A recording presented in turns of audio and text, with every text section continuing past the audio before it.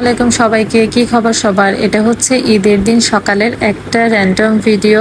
এটা হচ্ছে আমার একটা ছোট ননদ আছে, তো ও হচ্ছে এই ভিডিওটা আমাকে করে দিয়েছিল।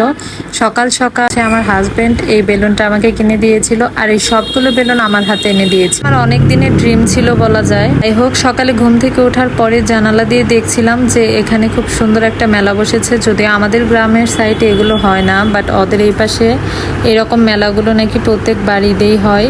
তো এগুলো দেখে বেশ ভালোই লাগছিল। আর আগের দিন রাতে আমরা চলে গিয়েছিলাম মেলা থেকে হচ্ছে আমার ভাগ্নের জন্য এই রকম সুন্দর সুন্দর কিছু পুতুল কেনার জন্য। মেলাগুলোতে কিন্তু বাচ্চাদের জন্য অনেক টাইপের অনেক খেলনা ওঠে, বাট বড়দের জন্য আসলে তেমন কিছুই ওঠে না। আমি ভেবেছিলাম হয়তো কাচের চুড়ি বা সামথিং কিছু উঠতে পারে আর কি, বাট তেমন কিছুই ওঠে না। কিন্তু সব মিলিয়ে এই মেলাটা দেখতে বেশ ভালোই লাগছিল। আর ঈদের দিন তো সারাদিন আসলে কুরবানির ঈদে তেমন কোনো কিছু করার সময় পাওয়া যায় না।